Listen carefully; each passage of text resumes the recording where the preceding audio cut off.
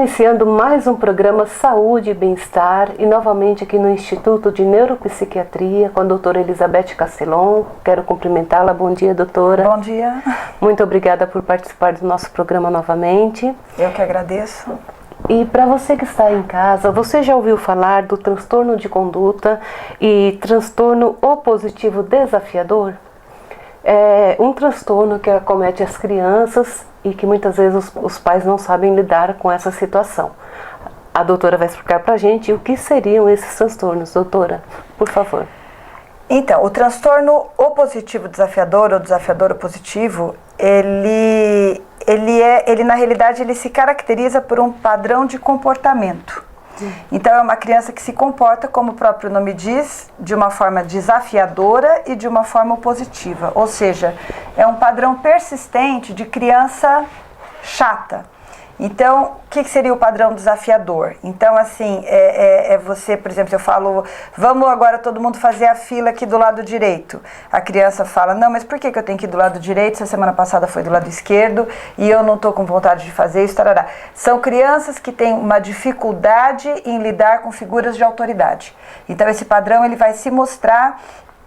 Esse transtorno, ele se mostra através de um comportamento desafiador e de oposição diante de figuras de autoridade, sempre que você tenta impor alguma coisa. Então, geralmente é com o pai e a mãe e com o professor da escola, mas também com a pessoa lá do seminário, da catequese, o professor do taekwondo, o professor do judô, o professor da escolinha de futebol e assim por diante.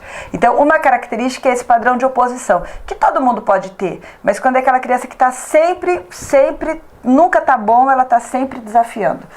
Além disso, tem uma outra coisa que é importante, que é o mau humor. Uma criança meio irritada, mal-humorada, tá sempre do contra. Então, aquela coisa que é uma coisa negativa. Então, não, eu não quero, porque eu não vou, mas por que eu tenho que ir, né? Esse padrão de ser uma criança emburrada. Então, do contra, emburrada, irritada.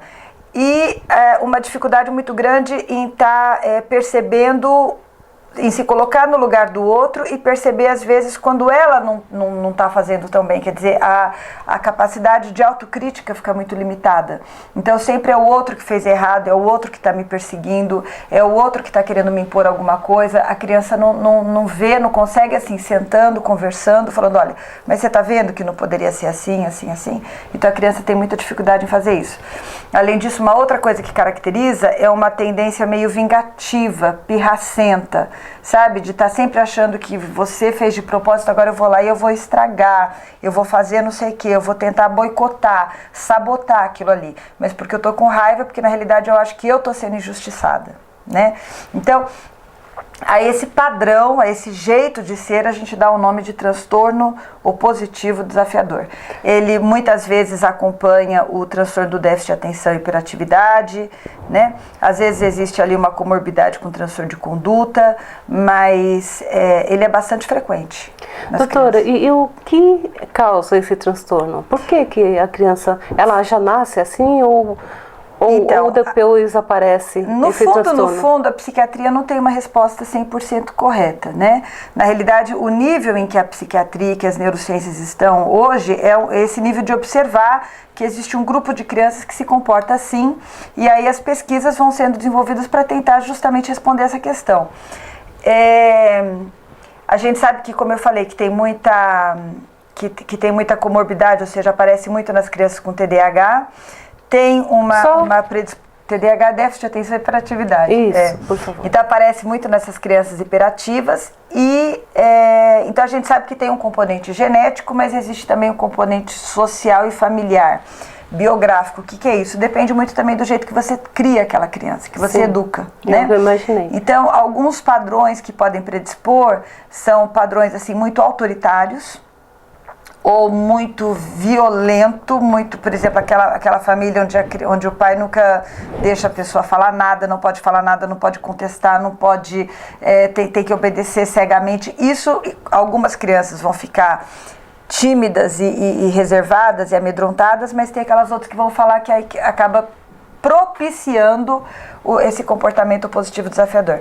Aqui eu acho importante falar o seguinte, então assim, a causa, respondendo sua pergunta, ninguém sabe muito bem, tem um aspecto genético, mas tem esse aspecto da educação sociofamiliar, biográfico, como que essa criança está sendo tratada, como ela aprendeu a lidar com regras, com autoridade, né?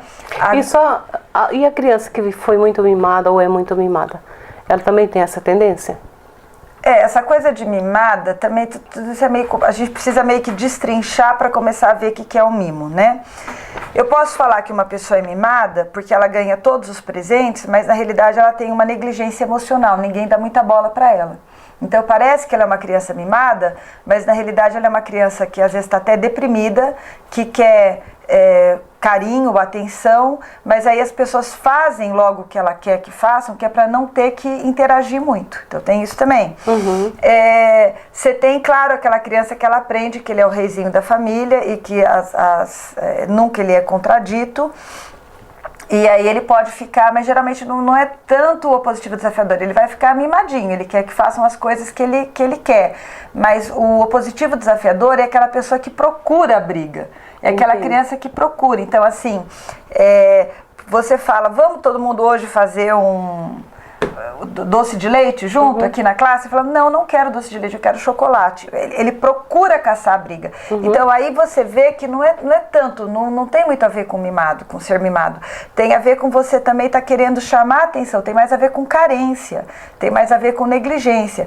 Então por isso, assim, se eu tenho alguma coisa para falar hoje sobre esse transtorno, é o seguinte, ao invés de você carimbar a criança e falar você tem transtorno positivo desafiador, muito mais importante é você tentar entender o que está acontecendo com você individualmente. Então, por que você está assim? Por que você está querendo? Será que você está querendo chamar atenção? Será que você está revoltado com alguma coisa? Os pais estão se separando? Ou a criança é desfavorecida em relação a um outro irmão? Ou ele está sofrendo bullying na escola? Ou ele tem algum complexo com alguma coisa? Então, muito mais importante que dar esse nome é você tentar entender de onde vem isso. Por trás disso, essa criança está deprimida? Ou essa criança tem uma alteração de aprendizado, o que é que está acontecendo? Não apenas porque você colocar, eu fui na psiquiatra, a psiquiatra escreveu, ele tem transtorno positivo desafiador, tá? Então a história tá esclarecida. Tá nada. Tem nada esclarecido, apenas um padrão de comportamento foi descrito. Eu descrevi que o padrão dele está sendo esse, mas por que ele está tendo esse padrão de comportamento? Então eu queria que prestasse assim, um conselho, prestar muita atenção na questão da depressão, se a criança não está deprimida, porque a depressão pode se manifestar como irritabilidade, agressividade, esse comportamento de oponência, né? Sim. E tentar entender então a vida, o contexto, o que é que está acontecendo, tá? Além de tudo isso que você comentou, né, que os pais devem ficar atentos na conduta da criança, tem mais alguma coisa que eles podem fazer a nível de observar, né, como agir com a criança quando o pai percebe que a criança está nesse transtorno? Eu acho que criança a gente precisa aprender a respeitar, não é? Principalmente, se eu for lembrar de mim, se eu for lembrar dos meus filhos, criança é muito inteligente. Criança... Eu tenho raciocínio rápido. Eu posso educar de um jeito e querer que a criança obedeça, para mostrar que eu posso mais. E eu posso criar de um jeito querendo mostrar para a criança justificar as minhas atitudes. Então, acho que isso é mais importante. Então, por exemplo, a criança quer, você falou da criança mimada, tá? Então, eu quero aquele negócio, aquele brinquedo caríssimo ali na loja e a criança quer chorar, né, não aceita que fale não para ele. Mas aí o não, ele tem que ser justificado. Muitas vezes aquele não agressivo, como eu falei, eu falo, não vai. Então, vai ter aquela criança que vai abaixar a cabeça, mas vai ser aquele adulto que vai ser, às vezes, amedrontado a vida inteira. A gente também não quer isso. Um adulto que nunca vai ter coragem de expressar a sua própria vontade, de dizer o que ele quer, de expressar a sua opinião, de contestar. A gente quer que as pessoas contestem. Importante ser contestador. Então, o pai, então você me perguntou da atitude, é aquela atitude de você dizer não, mas justificar por que não. Então eu não vou comprar porque a gente tem que fazer isso, o nosso dinheiro é para isso, mas aí depois então nós podemos economizar e aí a semana que vem a gente conversa. Você tentar formas conciliadoras de lidar com a criança, mostrando que não existe só uma autoridade de cima para baixo, que um pouco tem que ter, claro, que o pai é você, quem está educando é você, inclusive isso pode ser até exposto, olha, eu sou seu pai, sua mãe, eu preciso te ensinar, eu que preciso te guiar, né? Mas tudo isso de uma forma conciliadora. A criança, ela aceita. Quando, né, mesmo a criança que tem transtorno positivo desafiador, é mais difícil, mas é mais fácil dela aceitar. Então, uma das formas de terapia é a terapia familiar, onde você tenta ensinar como conversar com a criança, como negociar com a criança, como explicar as coisas, justificar. Olha, então é assim, nós vamos fazer assim. Você prefere isso ou isso, né? Então, às vezes assim, eu te dou duas opções.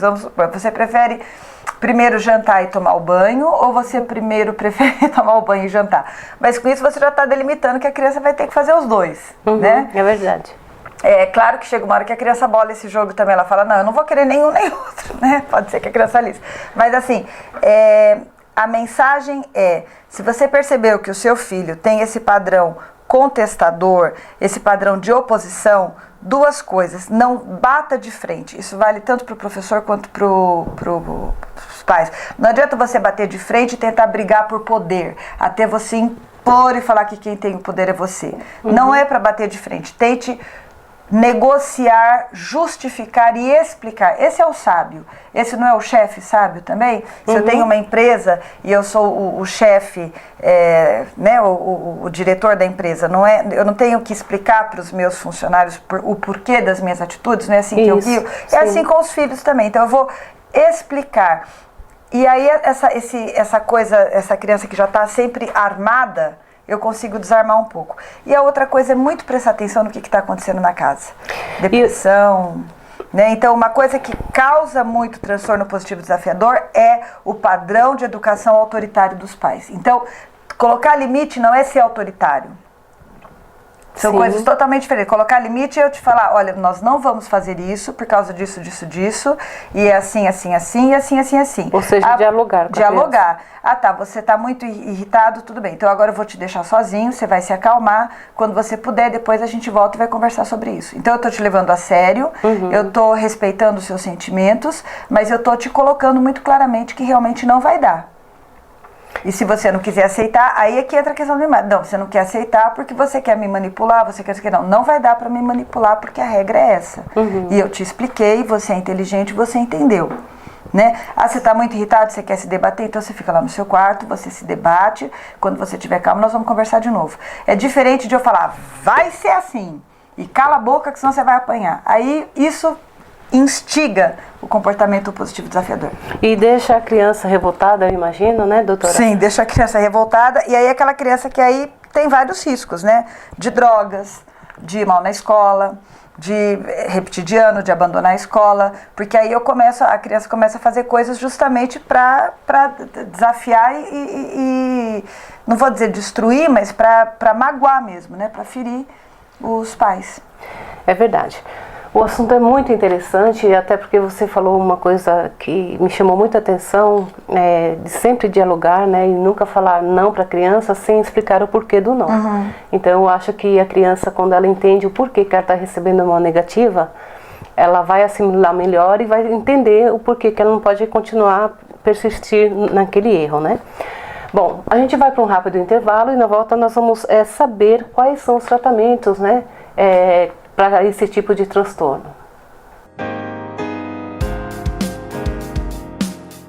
Meu nome é Suziane Bene, sou formada no curso de gastronomia pela Unigran e pude abrir o meu próprio negócio.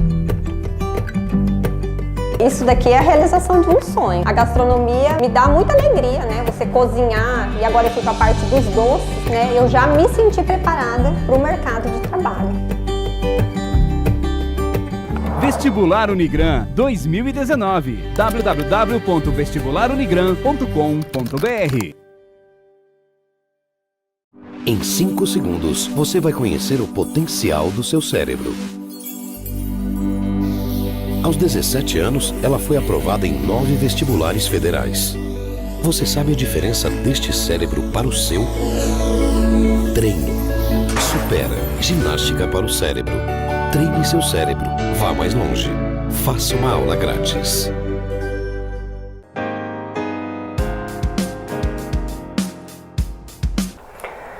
E de volta com o programa Saúde e Bem-Estar, falando sobre o transtorno opositivo desafiador. Doutora, existe tratamento para esse transtorno? E outra coisa que eu gostaria de saber também, e creio que quem está assistindo o programa deve ter essa curiosidade, a partir de qual idade os pais começam a perceber isso nos filhos? Eu acho que já percebe com, assim, respondendo como psiquiatra, vamos dizer uns 4 a 6 anos, né? Mas eu acho que eu tinha transtorno positivo desafiador, com certeza. E eu me lembro, só contando uma anedota, né? Para mostrar que isso de bebê já é assim. Eu lembro que eu era pequenininha, eu estava no andador, na época se usava andador, né? Então eu não sabia nem andar, então eu não tinha nem 1 ano. E eu fui lá e arranquei uma folha de uma planta da minha avó. E a minha avó me deu um tapa na mão. Aquilo me deixou, provavelmente, né, eu não vou me lembrar, mas me deixou tão indignada. Minha mãe conta que eu não chorei. Eu olhei bem para a cara dela, fui lá e arranquei outra. Ela me deu outro tapa na mão. Eu olhei de novo para a cara dela e arranquei outra. Ela me deu um tapa mais forte ainda. Ela falou que meu olho se encheu de lágrima e eu fui lá para arrancar outra. Quer dizer, então esse temperamento da criança, né, a gente percebe... A gente percebe já desde bebê. Eu poderia contar histórias também dos meus filhos de não aceitar, né? Esse temperamento de não aceitar muito se impor. Mas eu repito aqui, a gente tem que sempre tentar entender o que está acontecendo, que se essa criança, principalmente prestar atenção se a criança não está com depressão, não está com ciúmes de alguém, não está se sentindo negligenciada, né? E esse comportamento autoritário dos pais ou dos avós, ou seja lá o que for, isso não resolve, porque aquele tempo você só instiga e piora a situação. Né? E de que forma que seria então o tratamento? Então aí o tratamento ele é principalmente com essa questão da psicoterapia mesmo. Então é você ter esse jeito de lidar com aquela pessoa. Mudar não muda tanto assim, mas você consegue transformar aquela pessoa em alguém um pouco mais maleável e menos provocador e menos irritado. Justamente através do diálogo, você ensinando a pessoa que você pode chegar a conciliações, é como se fosse um curso de inteligência emocional, tanto para os pais quanto para a criança. Aprender a dialogar, conversar, se colocar no lugar do outro, pesar os argumentos, né? Ensinar, às vezes, a não ficar toda hora debatendo questões banais, por exemplo. Por que a gente vai discutir agora esse assunto, esse detalhe, se a gente pode agora focar em alguma coisa maior que vai ser mais importante, né? Então, na realidade, assim, é mais psicoterápico, incluindo educação familiar. A medicação entra muitas vezes porque nessas questões da depressão, da ansiedade, da irritabilidade, se a criança tem problema de sono. Então, pode ser que uma medicação seja necessária, às vezes também para o TDAH, né? Às vezes, né, como eu acabei de falar, para depressão, para ansiedade. Então, muitas vezes a gente entra com a medicação que deixa a criança mais tranquila e melhor humorada, mais bem-humorada.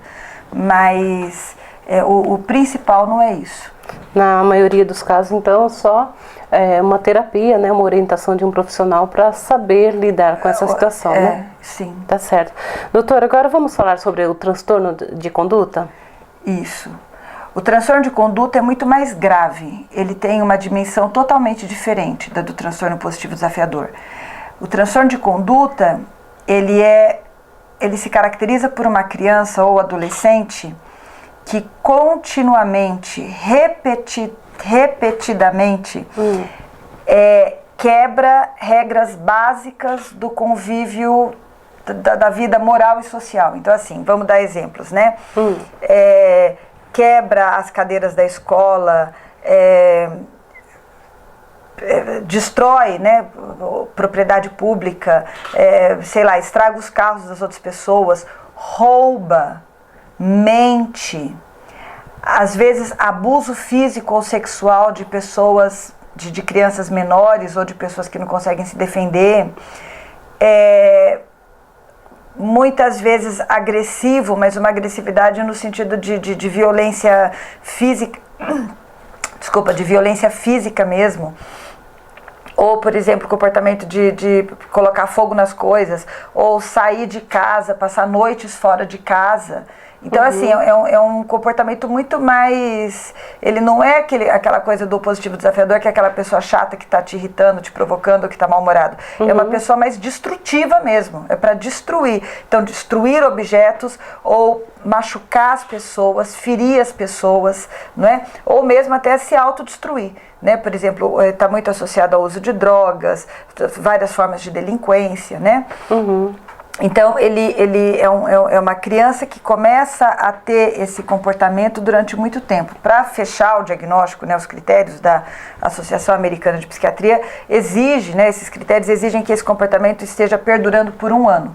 Então, não é uma coisa que a criança fez uma ou fez algumas vezes. É aquela criança que está continuamente desrespeitando regras básicas. Então, ele bate, ele rouba, ele quebra, ele queima, ele destrói, ele sai de casa, ele faz assim, aquela coisa bem mais difícil de se lidar, bem mais agressiva.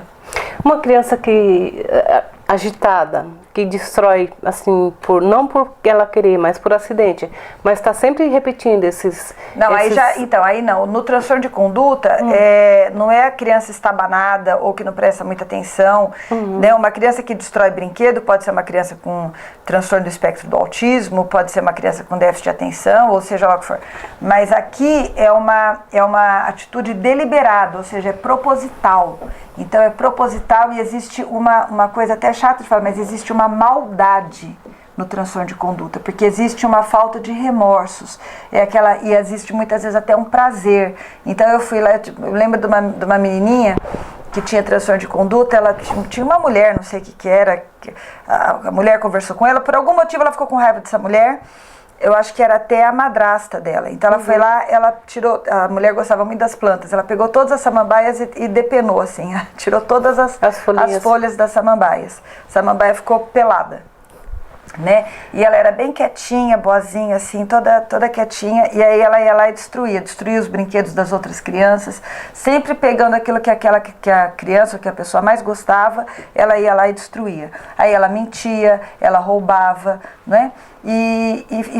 Então tem esse aspecto de maldade, de falta de remorsos, de consciência moral e principalmente de empatia, no sentido de eu ficar com pena de fazer uma coisa ruim com você, né? E aí então você entende que é um transtorno muito mais sério do ponto de vista do neurodesenvolvimento.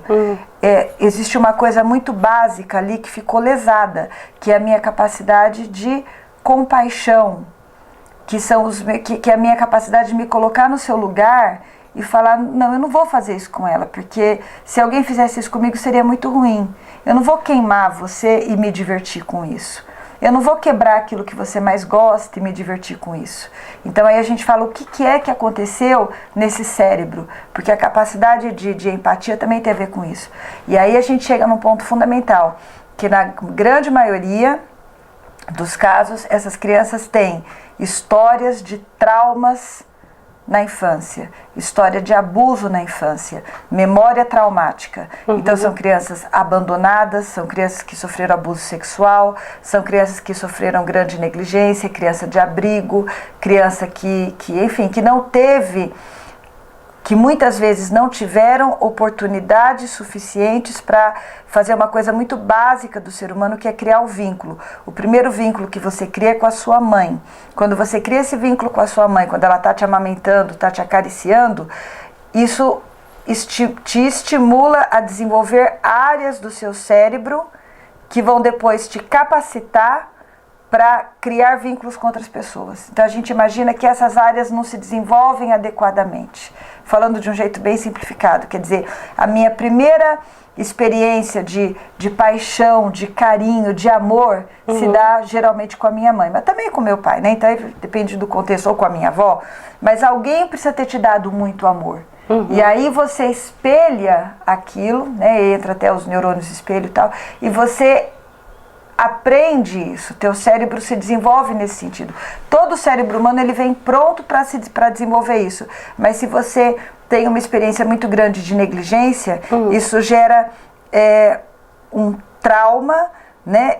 E esse trauma, no caso, a gente chama, tem um novo conceito na psiquiatria, que é o trauma do desenvolvimento. Quer dizer, é diferente se eu passo por um trauma hoje, como adulto, ou se eu passei por um trauma durante o meu desenvolvimento. As experiências traumáticas nos primeiros anos de vida, elas vão afetar a cognição, ou seja, a capacidade intelectual, mas todo o comportamento afetivo daquela criança, a sua forma de se relacionar com as outras pessoas, a sua forma de lidar com as emoções, de lidar com desejos, né? Então, a criança com transtorno de conduta, muitas vezes ela vai ter essa dificuldade, que é a dificuldade da formação de vínculo e de apego. E muitas vezes isso está associado à memória traumática. Certo, e isso é importante, né? O papel da família nesse contexto, para que crie esse vínculo, né, doutora? Sim, igual então, você comentou. E aí é ruim porque, assim, geralmente quando você detecta isso, você vai ter toda uma história dificílima de se trabalhar.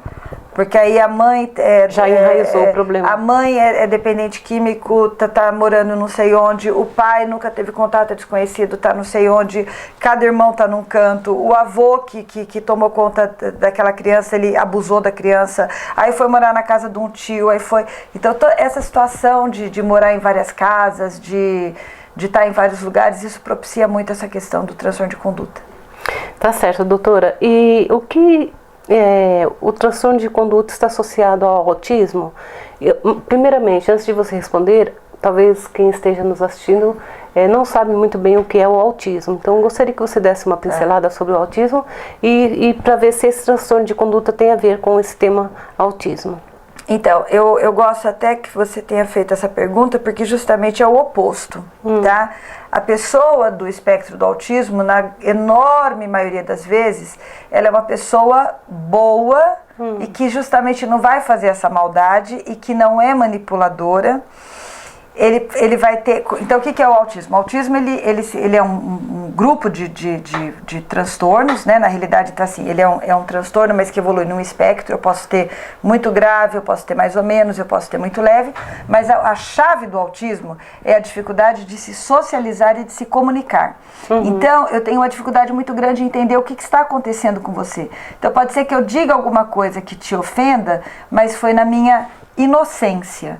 É justamente porque, devido ao meu autismo, eu tenho uma dificuldade em imaginar o que você sente, o que se passa na sua cabeça. Então, você está irritada, eu não sei muito bem por que você está irritada, eu sinto que você está estranha, pode ser que eu fique agressiva, mas é justamente essa inabilidade de entender muito bem o que está acontecendo com você. O transtorno de conduta é o oposto. A minha capacidade de empatia do ponto de vista cognitivo ela é muito grande. Ou seja, eu sei muito bem o que está acontecendo com você. Eu sei muito bem o que você queria. Eu sei muito bem como te magoar, como te ofender. E eu uso isso justamente para atingir esse objetivo. Então, é exatamente o oposto. A empatia, no sentido de conseguir me colocar no seu lugar e entender os seus motivos e as suas razões, ela está muito bem desenvolvida no transtorno de conduta.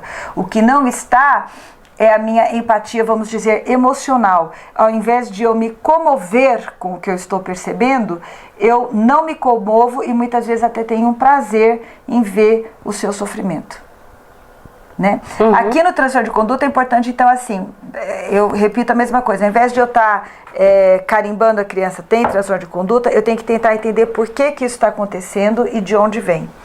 E se essa criança não for tratada, doutora, na fase adulta, o que vai acontecer com ela? O enorme risco é que ela desenvolva uma coisa que a gente chama de transtorno de personalidade antissocial, que seria a versão adulta do transtorno de conduta. É aquela pessoa que rouba, que mente, que manipula, muitas vezes se envolve com a justiça, se envolve com a criminalidade, uso de substâncias, né, abuso de dependência química, claro, toda uma vida asocial, de perder emprego, de não ter relacionamentos estáveis, né? Então, geralmente, o prognóstico que a gente chama, né? Então, a evolução, ela é ruim. É um transtorno seríssimo, é um transtorno que precisa ser extremamente cuidado e tem que ser feito tudo justamente porque ele é o caminho, vamos dizer assim, para a delinquência e para a ruína. Porque essa pessoa vai acabar tendo todas as consequências de uma vida delinquente, né? Morre cedo, muito tempo na prisão, envolvimento com violência, experiências de violência, inclusive até risco maior de suicídio. E o que eu acho interessante, no caso que você comentou da menina que foi lá e tirou as folhinhas da samambaia, às vezes os pais vai e batem na criança, né? Sem antes tentar observar e entender o porquê que ela fez aquilo. Entender o porquê que está acontecendo. Doutora, e tem como prevenir esse transtorno? A prevenção seria se a gente tivesse... evitar essas situações familiares terríveis, né? De abandono, de abuso sexual, de negligência, de abuso físico, de violência. É o pai que é alcoólatra, que chega em casa, bate em todo mundo. É a mãe que chega drogada, que tem diversos homens e diversas... É essa situação de desestruturação total e de desamor, né? Aqui, para fechar o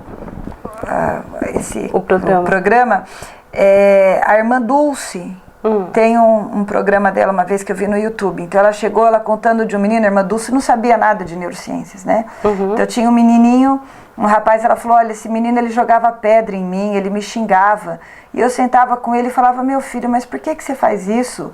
Eu amo você. Pode ser, né, ela falava, pode ser que os pais deles os amem, mas eu não amo menos. E eu acho emocionante isso. E ela, inclusive, ela fala que esse menino que jogava pedras, ele viu a mãe dele, acho que sendo assassinada, alguma coisa assim. E o menino depois, no decorrer de 7 anos, ele se tornou uma pessoa com amor. E a terapia que ela falava, a gente não tem terapia não, a única terapia aqui é amor. A gente não bate, a gente não castiga, é o amor. E com isso ela curava, né? Então, acho que esse seria a mensagem. Só que quem que consegue, né? A gente acaba perdendo a paciência, mas a terapia, no fundo é isso, é você reensinar a criança que existem pessoas que são capazes de amar e é você fazer com que aquela pessoa experiencie esse amor que é incondicional, que era o que ela era capaz de dar. Verdade, doutora. É muito emocionante o que você falou sobre esse caso aí da irmã Dulce, mas o meu diretor já sinalizou que o programa está chegando ao final e eu quero agradecer você aí de casa que acompanhou o nosso programa, as dicas que a doutora deu aqui sobre esses 2 transtornos, né? Eu creio que será de grande valia para você que tem criança pequena, que às vezes está vivenciando uma situação dessas. Eu agradeço então a sua audiência, mais uma vez eu digo, muito obrigada doutora, e até o nosso próximo encontro.